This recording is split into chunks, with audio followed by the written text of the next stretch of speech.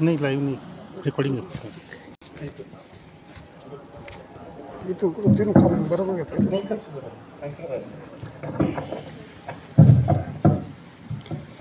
इथून चेहरा नाही येत ना सर. महामानव गौतम बुद्ध, तात्यासाहेब महात्मा ज्योतिराव फुले, बहुजनांची संत परंपरा, छत्रपती शाहू महाराज, डॉक्टर बाबासाहेब आंबेडकर, कांशीराम साहेब ते व्ही पी सिंग, माता सावित्री, माता रमाई, अहिल्याबाई या सर्व बहुजन महामानवांना आणि त्यांच्या विचार परंपरेला मी वंदन करतो. सकाळच्या उद्घाटन सत्रामधील सर्व मान्यवर पाहुणे, आताच्या परिसंवादामधील माझे सहकारी मित्र वक्ते डॉक्टर आनंद अहिरे व माननीय क्रांती वेंदे मॅडम आणि आपण सर्व उपस्थित संयोजक आणि कार्यकर्ते, लोकशाहीच्या संदर्भामध्ये डॉक्टर बाबासाहेब आंबेडकर आणि तात्यासाहेब महात्मा ज्योतिराव फुले यांनी काही विचार मांडलेले आहेत. त्यांचं असं स्पष्ट म्हणणं आहे की जोपर्यंत या देशामध्ये जाती व्यवस्था आहे तोपर्यंत या देशामध्ये लोकशाही येऊ शकणार नाही, रुजणार नाही. ती त्यांची पूर्वअट होती. म्हणजे तात्यासाहेब महात्मा फुले तर एवढं म्हणतात की हा देश फक्त जातींचं एक कडबोळं आहे. तर एकमय नेशन होण्यासाठी त्यांनी जाती व्यवस्था अंताची अट टाकलेली आहे. 1936ला डॉक्टर बाबासाहेब आंबेडकरांनी इशारा दिला मनमाडच्या जाहीर सभेमध्ये समाजवाद्यांना आणि कम्युनिस्टांना. काय इशारा दिला की जोपर्यंत तुम्ही या देशाची जाती व्यवस्था नष्ट करण्यासाठी काम करत नाही तोपर्यंत या देशामध्ये समाजवाद किंवा लोकशाही अवतरणार नाही. तर जाती व्यवस्था नष्ट होण्याची अट आहे. आणि आपण आज ज्या लोकशाहीमध्ये राहतो आहोत त्या लोकशाहीमधले जर तुम्ही सगळे राजकीय पक्ष जर बघितलेत तर सगळे राजकीय पक्ष तपासलेत तर एकाही राजकीय पक्षाजवळ जाती व्यवस्था नष्ट करण्याचा कार्यक्रम नाही. तुम्ही त्यांचे जाहीरनामे बघा, त्यांची धोरणात्मक पुस्तकं बघा किंवा कृती कार्यक्रम बघा, जाहीरनामे बघा, त्यांच्या घटना बघा. आज अस्तित्वात असलेले जे प्रमुख राजकीय पक्ष आहेत त्याच्यामध्ये एकाही पक्षाजवळ जाती व्यवस्था आणण्याचा कार्यक्रम नाही. आणि हेच पक्ष आलटून पालटून सत्तेवर येत असतात. त्यामुळे आज आपण ज्या लोकशाहीत राहत आहोत ती लोकशाही नाही तर ती फक्त निवडणूकशाही आहे. दर 5 वर्षांनी कुठल्या ना कुठल्या तरी संस्थेच्या निवडणुकीसाठी मतं देण्यासाठी आपण जातो. आणि मत देतो म्हणजे काय देतो? मत देतो म्हणजे आपण मतदान करतो. दान केलेली वस्तू जी असते ती एका हाताने दान केल्यानंतर दुसऱ्या हाताला ते कळायला नाही पाहिजे, त्याला म्हणतात दान. फुकटात देऊन टाकणे म्हणजे दान.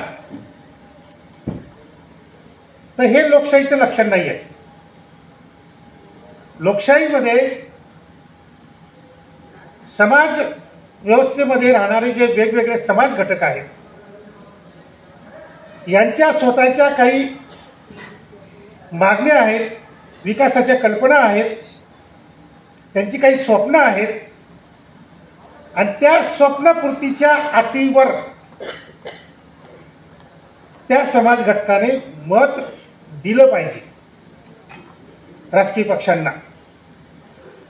पण इथं मत देण्याच्या अधिकारालाच दान म्हणून जाहीर करून टाकल्यामुळे आणि तो अधिकृत शब्द बनल्यामुळे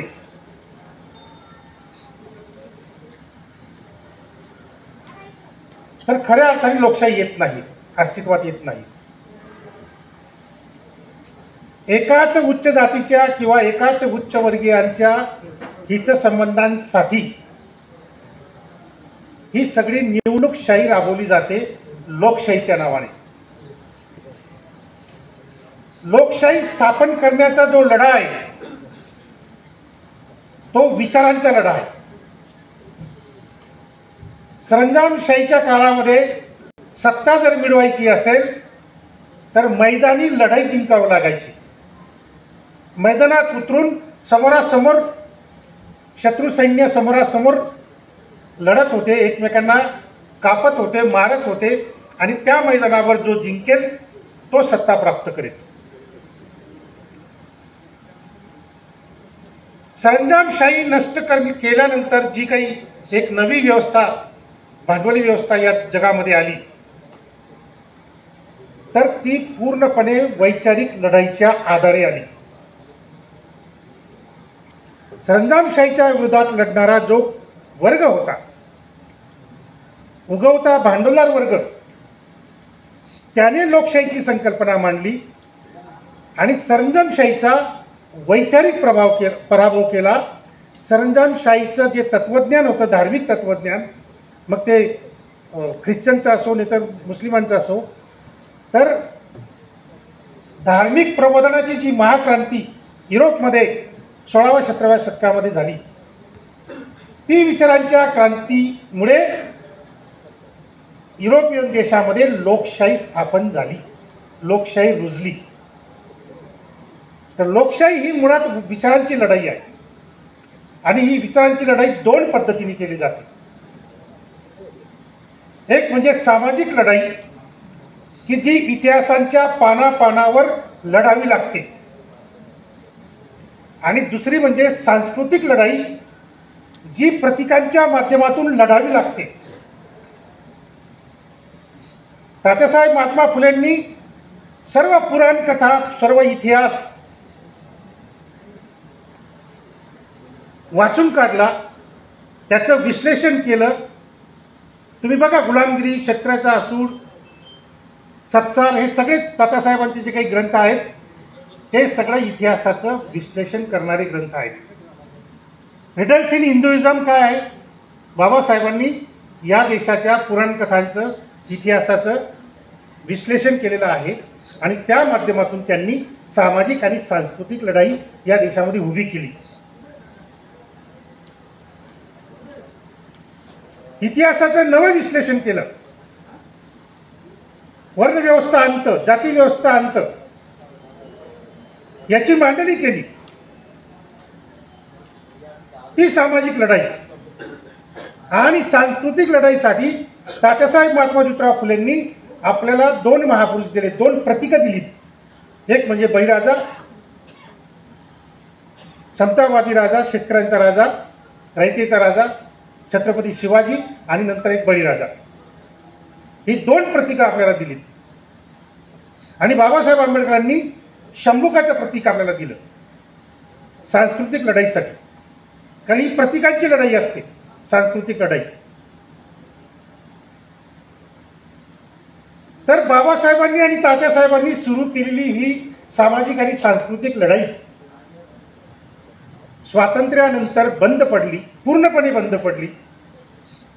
आणि एकतर्फी सामाजिक लढाई, एकतर्फी सांस्कृतिक लढाई तुमच्यावर लादली गेली.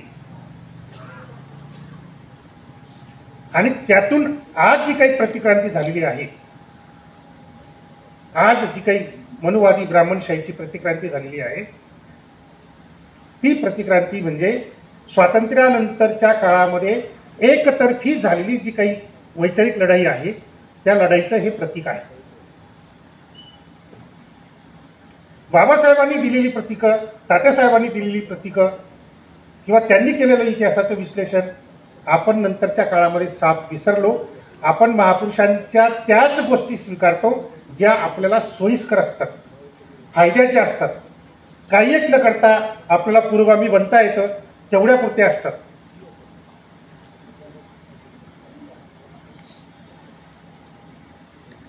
तात्यासाहेब महात्मा ज्योतिराव फुलेंनी जो बळीराजा उभा केला होता प्रतीकांच्या लढाईसाठी, त्या बळीराजाचा पराभव करण्यासाठी टिळकांनी गणपती उभा केला. कारण बळीराजाचा जो महान उत्सव असतो तो आपल्या खानदेशामध्ये त्याला भालदेव म्हणून म्हणतात. शेणाचा भालदेव बनवतात. पित्तरपाटा श्राद्ध पक्षामध्ये आपल्याकडे पित्तरपाटा म्हणतात. श्राद्ध पक्ष असतो तो, त्या हा पूर्ण देशभर साजरा केला जातो श्राद्ध पक्ष. कारण तो या देशाच्या अब्राह्मणी संस्कृतीचा एक भाग आहे. ती सांस्कृतिक लढाई आपण विसरलो. खेड्यागावामध्ये जे अडाणी आहेत ते ती सांस्कृतिक लढाई आजही करतायत. कानबाई अब्राह्मणी सांस्कृतिक लढाई आहे कानबाईच्या माध्यमातून. कारण कानबाईच्या 10 दिवसाच्या सगळ्या कार्यक्रमामध्ये 10 दिवसाची कानबाई असते. कानबाईच्या 10 दिवसाच्या कार्यक्रमामध्ये ब्राह्मण निषिद्ध आहे. तिथे ब्राह्मणाला प्रवेश नाही आहे. तेच श्राद्ध पक्षाच्या बाबतीत सांगतो.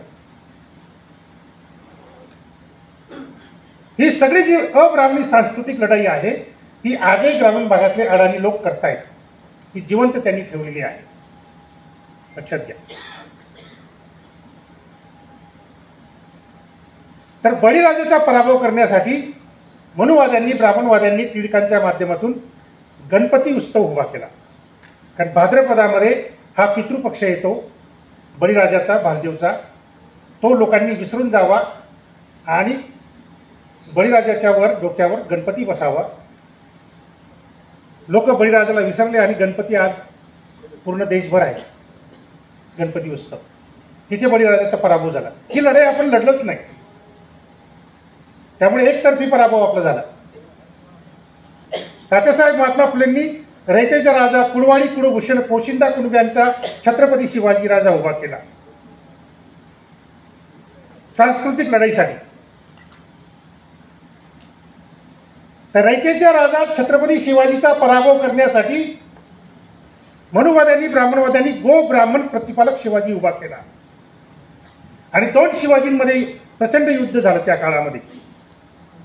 मनुवाद्यांनी, ब्राह्मणवाद्यांनी गो ब्राह्मण प्रतिपालक छत्रपती शिवाजी लोकांच्या मनात रुजावा म्हणून कथा लिहिल्यात, कादंबऱ्या लिहिल्यात, पोवाडे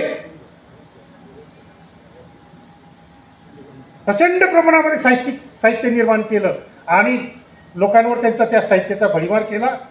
आज गो ब्राह्मण प्रतिपालक छत्रपती शिवाजी विजयी झालेले आहेत आणि रयतेचा राजा छत्रपती शिवाजी पराभूत झालेले आहेत. आणि त्याच्या परिणामी आज ही ब्राह्मणी प्रतिक्रांती झालेली आहे आणि लोकशाही पराभूत झालेली आहे.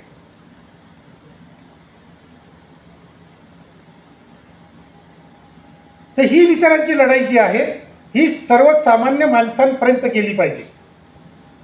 त्यांनी नेली. त्यांनी गो ब्राह्मण प्रतिपालक छत्रपती शिवाजी लोकांच्या मनात बिंबवण्यासाठी त्यांनी ती लढाई केली, ती यशस्वी केली. चित्रपट, नाटके, पोवाडे, कथा, कादंबऱ्या, कविता, बाबा पुरंदरे सारखे असे अनेक लोक, अनेक साहित्यिक त्यांचे पूर्ण आयुष्य त्यांनी गाळून घेतलं गो ब्राह्मण प्रतिपालक छत्रपती शिवाजी महाराष्ट्रामध्ये रुजवण्यासाठी. आपण बाबा पुरंदरेला शिव्या देतो, पण त्यांनी त्याचं काम बरोबर केलेलं आहे. आपण आपलं काम बरोबर केलं नाही हे आपण सांगत नाही. ही जी काही सत्यशोधक चळवळ होती, बळीराजा आणि छत्रपती शिवाजीच्या प्रतीकांच्या माध्यमातून लढणारी ती सत्यशोधक चळवळ मराठा समाजाने ताब्यात घेतली. तिच्या माध्यमातून त्यांनी सत्ता मिळवली. नंतर काँग्रेसमध्ये विलीन झालेत आणि त्यांनी पूर्णपणे सत्यशोधक चळवळ विकून टाकली आणि त्याच्या बदल्यात या मराठ्यांनी सत्ता घेतली. आज मराठा इथं जे काही फक्त राज्यकर्ते म्हणून जे आहेत दिसत आहेत हे त्यांनी तात्यासाहेब महात्मा फुलेंची सत्यशोधक चळवळ विकून टाकल्यानंतर त्याच्या बदल्यात त्यांना ही राजकीय सत्ता मिळालेली आहे ब्राह्मणांकडून. कारण छत्रपती शिवाजी महाराजांचा पराभव करण्यासाठी आणि बळीराजाचा पराभव करण्यासाठी या मराठ्यांचा वापर करण्यात आला आणि त्याच्या बदल्यात त्यांना सत्ता देण्यात आली. सत्ता म्हणजे ती राजकीय सत्ता फक्त.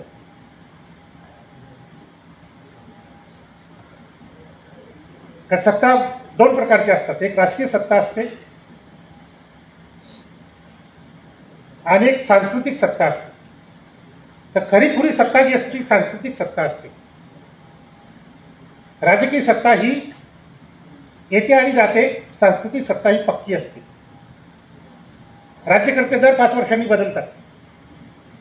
राज्यकर्ता होण्यासाठी कुठल्या तरी राजकीय पक्षाचे तिकीट मिळवावं लागतं, निवडणूक लढवावी लागते, घरोघरी जाऊन मतांची भीक मागावी लागते आणि निवडून आला तर मग तो आमदार खासदार होतो, मंत्री होतो, मुख्यमंत्री होतो, उपमुख्यमंत्री होतो, प्रधानमंत्री बनतो, सत्ताधारी राजकीय सत्ताधारी बनतो. परंतु सांस्कृतिक सत्ताधारी होण्यासाठी कुठलीही निवडणूक लढवावी लागत नाही, कुठल्याही राजकीय पक्षाची गरज नाही.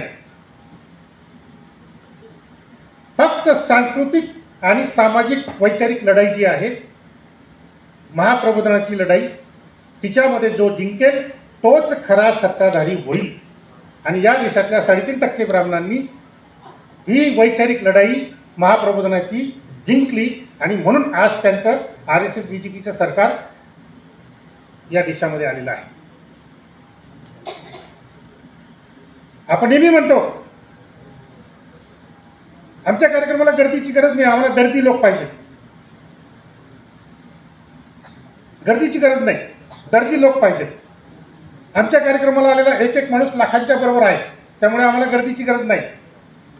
अरे गर्दीच्या शिवाय तुमचा कार्यक्रम यशस्वी होऊ शकतो, पण गर्दीशिवाय तुम्हाला या देशामध्ये तुमची लोकशाही सत्ता स्थापन करता येणार नाही. ही जी गर्दी आहे त्या गर्दीपर्यंत तुमचा तो विचार केला पाहिजे, ती प्रबोधनाची क्रांती केली पाहिजे. कारण क्रांती जी असते ती ब्राह्मणी क्रांती असो किंवा अब्राह्मणी क्रांती असो, पुरोगामी असो की प्रतिगामी असो, सामान्य लोकांपर्यंत तो विचार केल्याशिवाय अशी क्रांती किंवा प्रतिक्रांती होत नसते.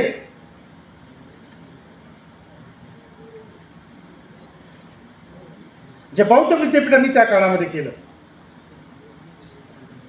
बौद्ध विद्यापीठांच्या माध्यमातून जो काही एक अभ्यासक्रम राबवला गेला आणि सर्वसामान्य जनतेपर्यंत तो विचार गेला, म्हणून त्या काळामध्ये मनुवादाचा ब्राह्मणवादाचा पराभव झाला. बौद्ध क्रांती ही राजे लोकांनी केलेली नाही. राजे लोकांनी बौद्ध धर्म का स्वीकारला? कारण जनताच बौद्धमय झालेली आहे सर्व. तर माझी जनता जर ती बौद्धमय झालेली असेल तर या जनतेवर राज्य करण्यासाठी मला बौद्ध धम्म स्वीकारावा लागेल आणि म्हणून त्यांनी तो स्वीकारला. धम्म असा हा जनतेकडून राजाकडे गेलेला आहे.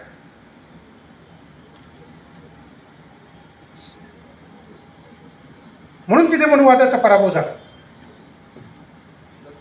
तर विचार जनतेपर्यंत पोहोचण्यासाठी तर सर्वसामान्य जनता असेल तरच तो विचार मूळ धरू शकतो. जे काही समाजामधले सो कॉल्ड इलिट लोक आहेत, कर्मचारी वर्ग असेल, राज्यकर्ता वर्ग असेल, उद्योगी व्यावसायिक वर्ग असेल, हा जो वर्ग आहे हा प्रस्थापित झालेला वर्ग असतो. तो कुठली क्रांती किंवा प्रतिक्रांती करत नाही. सर्वसामान्य माणसापर्यंत जर तो विचार गेला तर त्या विचाराच्या आधारे तो क्रांतीचं किंवा प्रतिक्रांतीचं काम करतो.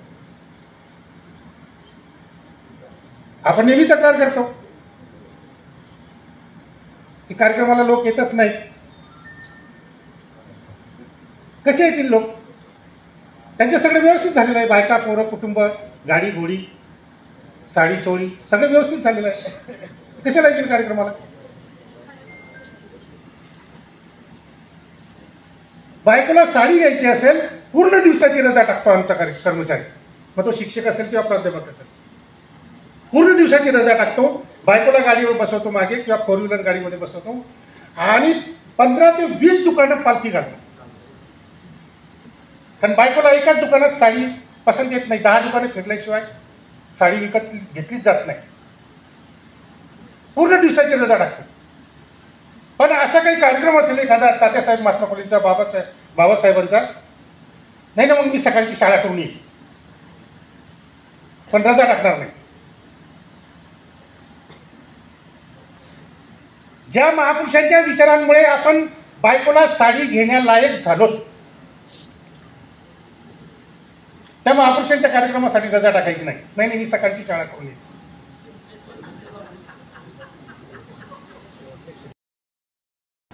तर प्रतीकांच्या या लढाईमध्ये आपण कुठे कमी पडलो त्याचा शोध घेतला पाहिजे.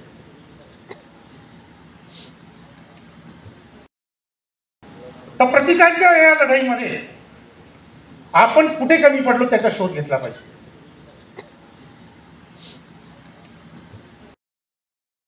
तर प्रतीकांच्या या लढाईमध्ये आपण कुठे कमी पडलो त्याचा शोध घेतला पाहिजे.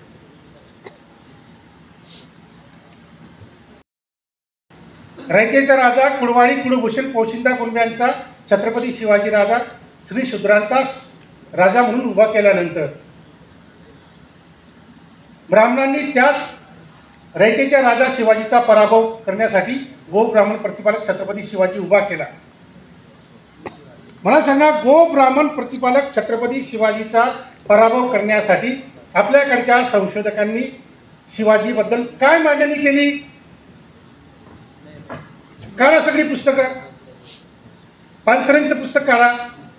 आता मगाशी ते आपले साहित्यिक विचारवंत सबनीस ते म्हणाले, मी पण शिवाजी महाराजांच्या पूर्वगामी विश्लेषण केलेलं आहे. काय विश्लेषण आहे? छत्रपती शिवाजी महाराजांना गो ब्राह्मण प्रतिपालक म्हणून उभं करून जाती व्यवस्था जिवंत ठेवण्याचा प्रयत्न मनोवादी ब्राह्मणवादी करत आहेत. त्यात ते यशस्वी झालेले आहेत.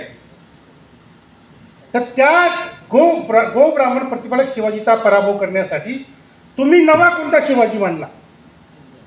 काय नवीन शिवाजीवर संशोधन केलं? कोणता नवा पुरोगामी छत्रपती शिवाजी मांडला?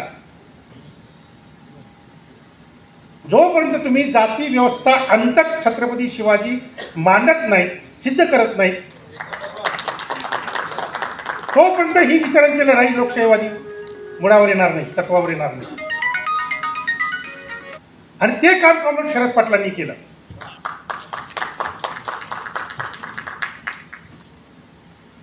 आणि आपण भक्त्याच लोकांना पुरोगामी म्हणून इथं घेऊन येतो आणि लोकांच्या डोक्यावर बसवतो.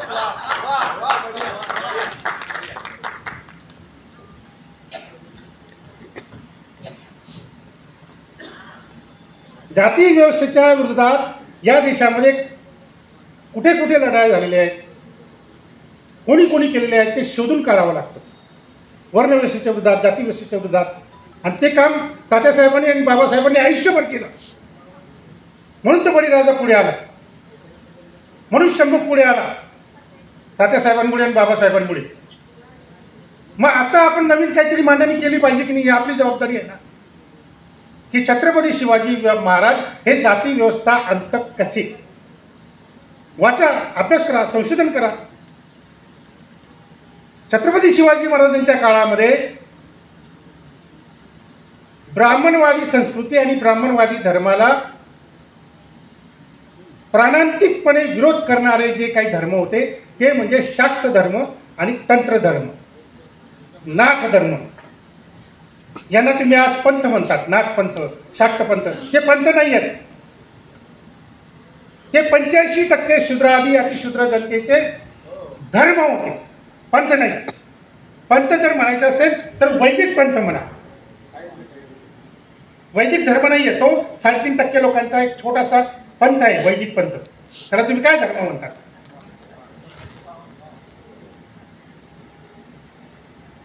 तर जाती व्यवस्थेच्या विरोधात ज्यावेळेस जाती व्यवस्था उगवत होती, मूळ धरत होती, त्या काळामध्ये शाक्त धर्म, तंत्र धर्म आणि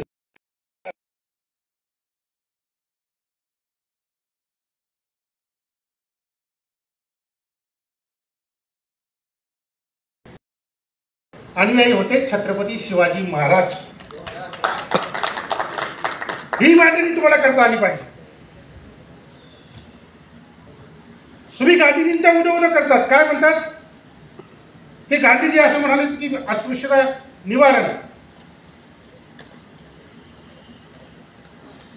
बाबासाहेबांचं अस्पृश्यता निवारण हे धोरण होतं जाती व्यवस्था अंताचं, आणि गांधींचं अस्पृश्यता निवारण हा डावपेच होता. राजकारण धोरण आणि टॉपिकमध्ये काही फरक आहे की नाही? धोरण हे मूड असतं, चळवळीचं, कामाचं, तत्वज्ञानाचा भाग असतो. आणि डावपेच हा समोरच्या माणसाला पराभूत करण्यासाठी तात्पुरतं वापरलेलं षडयंत्र असतं, की जे गांधींनी वापरलं. बाबासाहेब अस्पृश्यता निवारणाची चळवळ उभी करतायत ना, मग त्यांना शेव देण्यासाठी मी पण अस्पृश्यता निवारण करण्यासाठी हातात झाडू घेतो, संडास साफ करतो. हा डावपेच होता. बाबासाहेबांनी कधी हातात झाडू घेतला नाही. बाबासाहेब कधी संडास साफ करत फिरले नाही गांधीसारखं.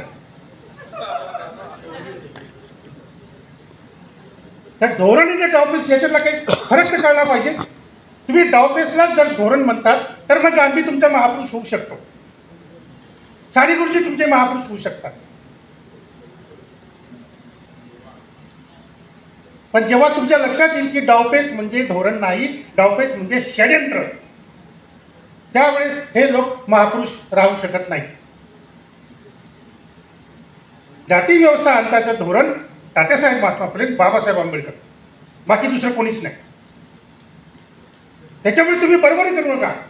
साने गुरुजी, महात्मा गांधी, अमुक धमुक यांची बरोबरी करू नका.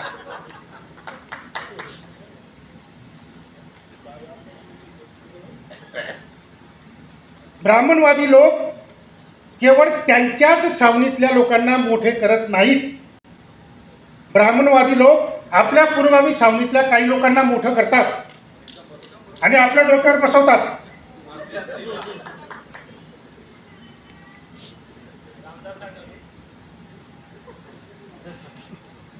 लक्षात घ्या, एकदम बरोबर.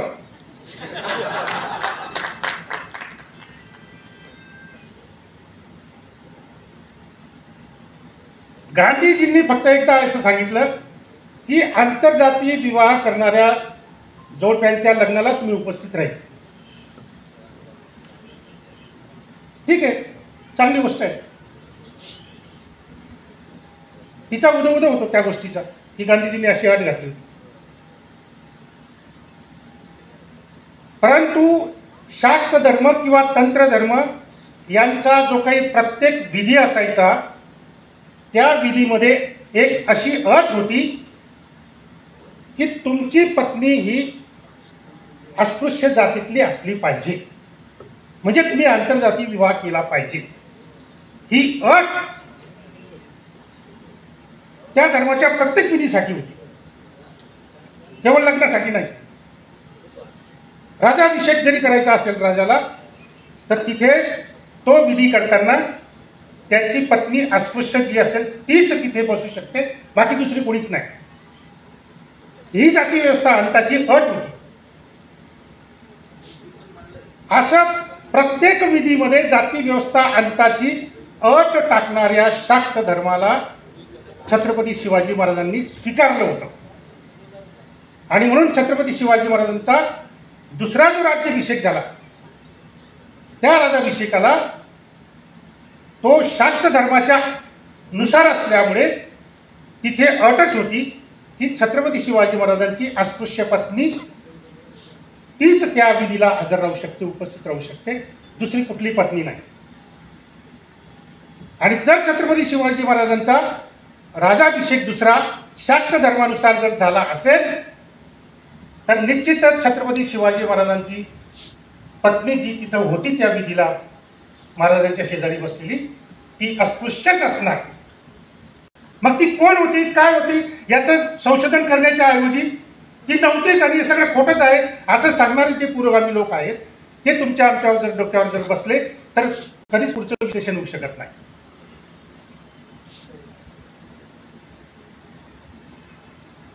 ही जी काही लोकशाहीची लढाई आहे, बाबासाहेबांनी, तात्यासाहेबांनी सांगितलेली आणि त्यांनी प्रत्यक्ष कृतीतून आणलेली, ती स्वातंत्र्यानंतरच्या काळामध्ये आपण विसरलो. आपण फक्त सोयीचं घेतो, फायद्याचं घेतो. काही एक न करता आपल्याला फुले आंबेडकरवादी होता येतं का तेवढंच आपण पाहतो. आणि त्याच्यामुळे आपण सांस्कृतिक लढाई विसरलो, आपण सामाजिक वैचारिक लढाई विसरलो.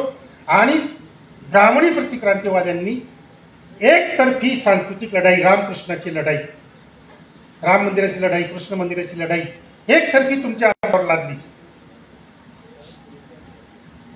आणि ते विजयी झाले, ते सत्तेवर आले आणि ती प्रतिक्रांती झाली. तर काही संयोजकांच्या काही अडचणी असतात त्या समजून घेतल्या पाहिजेत. 5:30 मला वाटतं काहीतरी सभागृह तुम्हाला दिलेलं आहे. त्यांच्या संयोजकांच्या अडचणी आपण करू नये. जर त्यांना पुढच्या 1 तासाचं भाडं जर अजून जास्त भरावं लागलं तर आपण देणार नाही त्यांना. त्यामुळे त्यांना अडचणीत आणू नये. काय जे काही 2-4 मूलभूत मुद्दे होते तेवढे मी तुमच्या समोर मांडलेले आहेत. त्याच्यावर आपण नंतरही चर्चा करूया. धन्यवाद. तुम्हाला आवडलं ते धन्यवाद. जय ज्योती, जय भीम. सर पुस्तकांचं हे अनुयायी होते छत्रपती शिवाजी महाराज. ही मांडणी तुम्हाला करता आली पाहिजे. तुम्ही गांधीजींच्या उदो करतात. काय म्हणतात की गांधीजी असं म्हणाले की अस्पृश्यता निवारण. बाबासाहेबांचं अस्पृश्यता निवारण हे धोरण होतं जाती व्यवस्था अंताचं, आणि गांधींचं अस्पृश्यता निवारण हा डावपेच होता. राजकारण धोरण आणि डावपेच मध्ये काही फरक आहे की नाही? धोरण हे मूळ असतं, चळवळीचं, कामाचं, तत्वज्ञानाचा भाग असतो, आणि डावपेच हा समोरच्या माणसाला पराभूत करण्यासाठी तात्पुरतं वापरलेलं षडयंत्र असतं की जे गांधींनी वापरलं. बाबासाहेब अस्पृश्यता निवारणाची चळवळ उभी करतायत ना, मग त्यांना शेव देण्यासाठी मी पण अस्पृश्यता निवारण करण्यासाठी हातात झाडू घेतो, संडास साफ करतो, हा डावपेच होता. बाबासाहेबांनी कधी हातात झाडू घेतला नाही. बाबासाहेब कधी संडास साफ करत फिरले नाही गांधीसारखं. तर धोरण आणि डावपेच याच्यातला काही फरक तर कळला पाहिजे. तुम्ही डावपेचलाच जर धोरण म्हणतात तर मग गांधी तुमचा महापुरुष होऊ शकतो, साने गुरुजी तुमचे महापुरुष होऊ शकतात. पण जेव्हा तुमच्या लक्षात येईल की डावपेच म्हणजे धोरण नाही, डावपेच म्हणजे षडयंत्र, त्यावेळेस हे लोक महापुरुष राहू शकत नाही. जाती व्यवस्था अंताचं धोरण तात्यासाहेब महात्मा फुले, बाबासाहेब आंबेडकर, बाकी दुसरं कोणीच नाही.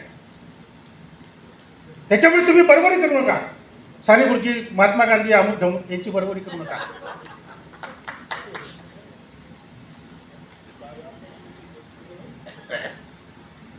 ब्राह्मणवादी लोक केवळ त्यांच्याच छावणीतल्या लोकांना मोठे करत नाहीत. ब्राह्मणवादी लोक आपल्या पूर्वगामी छावणीतल्या काही लोकांना मोठं करतात आणि आपल्या डोक्यावर बसवतात.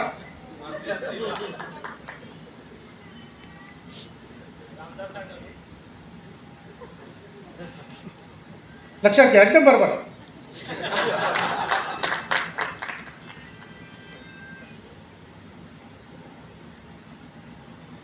गांधीजींनी फक्त एकदा असं सांगितलं की आंतरजातीय विवाह करणाऱ्या जोडप्यांच्या लग्नाला तुम्ही उपस्थित राहील. ठीक आहे, चांगली गोष्ट आहे. तिचा उदो होतो त्या गोष्टीचा की गांधीजींनी अशी अट घातली होती. परंतु शाक्त धर्म किंवा तंत्र धर्म यांचा जो काही प्रत्येक विधी असायचा, त्या विधीमध्ये एक अशी अट होती की तुमची पत्नी ही अस्पृश्य जातीतली असली पाहिजे, म्हणजे तुम्ही आंतरजातीय विवाह केला पाहिजे. ही अट त्या धर्माच्या प्रत्येक विधीसाठी होती, केवळ लग्नासाठी नाही. राजाभिषेक जरी करायचा असेल राजाला, तर तिथे तो विधी करताना त्याची पत्नी अस्पृश्य जी असेल तीच तिथे बसू शकते, बाकी दुसरी कोणीच नाही. ही जाती व्यवस्था अंताची अट होती. असं प्रत्येक विधीमध्ये जाती व्यवस्था अंताची अट टाकणाऱ्या शाक्त धर्माला छत्रपती शिवाजी महाराजांनी स्वीकारलं होतं. आणि म्हणून छत्रपती शिवाजी महाराजांचा दुसरा जो राज्याभिषेक झाला, त्या राज्याभिषेकाला तो शाक्त धर्माच्या नुसार असल्यामुळे तिथे अटच होती की छत्रपती शिवाजी महाराजांची अस्पृश्य पत्नी तीच त्या विधीला हजर राहू शकते, उपस्थित राहू शकते, दुसरी कुठली पत्नी नाही. आणि जर छत्रपती शिवाजी महाराजांचा राजाभिषेक दुसरा शाक्त धर्मानुसार जर झाला असेल तर निश्चितच छत्रपती शिवाजी महाराजांची पत्नी जी तिथं होती त्या विधीला महाराजांच्या शेजारी बसलेली ती अस्पृश्यच असणार. मग ती कोण होती, काय होती याचं संशोधन करण्याच्या ऐवजी ती नव्हतीच आणि हे सगळं खोटंच आहे असं सांगणारे जे पुरोगामी लोक आहेत ते तुमच्या आमच्यावर जर डोक्यावर जर बसले तर कधीच पुढचं विश्लेषण होऊ शकत नाही.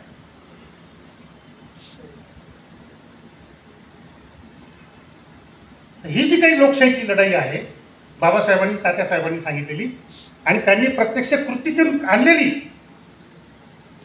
ती स्वातंत्र्यानंतरच्या काळामध्ये आपण विसरलो. आपण फक्त सोयीचं घेतो, फायद्याचं घेतो. काही एक न करता आपल्याला फुले आंबेडकरवादी होता येतं का तेवढंच आपण पाहतो आणि त्याच्यामुळे आपण सांस्कृतिक लढाई विसरलो, आपण सामाजिक वैचारिक लढाई विसरलो आणि ब्राह्मणी प्रतिक्रांतीवाद्यांनी एकतर्फी सांस्कृतिक लढाई, रामकृष्णाची लढाई, राम मंदिराची लढाई, कृष्ण मंदिराची लढाई एकतर्फी तुमच्या हातावर लादली आणि ते विजय झाले, ते सत्तेवर आले आणि ती प्रतिक्रांती झाली. तर काही संयोजकांच्या काही अडचणी असतात त्या समजून घेतल्या पाहिजेत. 5:30पर्यंत मला वाटतं काहीतरी तुमचं सभागृह तुम्हाला दिलेलं आहे. त्यांच्या संयोजकांच्या अडचणी आपण करू नये. जर त्यांना पुढच्या 1 तासाचं भाडं जर अजून जास्त भरावं लागलं तर आपण देणार नाही त्यांना. त्यामुळे त्यांना अडचणीत आणू नये. काय जे काही 2-4 मूलभूत मुद्दे होते तेवढे मी तुमच्यासमोर मांडलेले आहेत. त्याच्यावर आपण नंतरही चर्चा करूया. धन्यवाद. तुम्हाला आवडलं ते धन्यवाद. जय ज्योती, जय भीम. सर पुस्तकांचं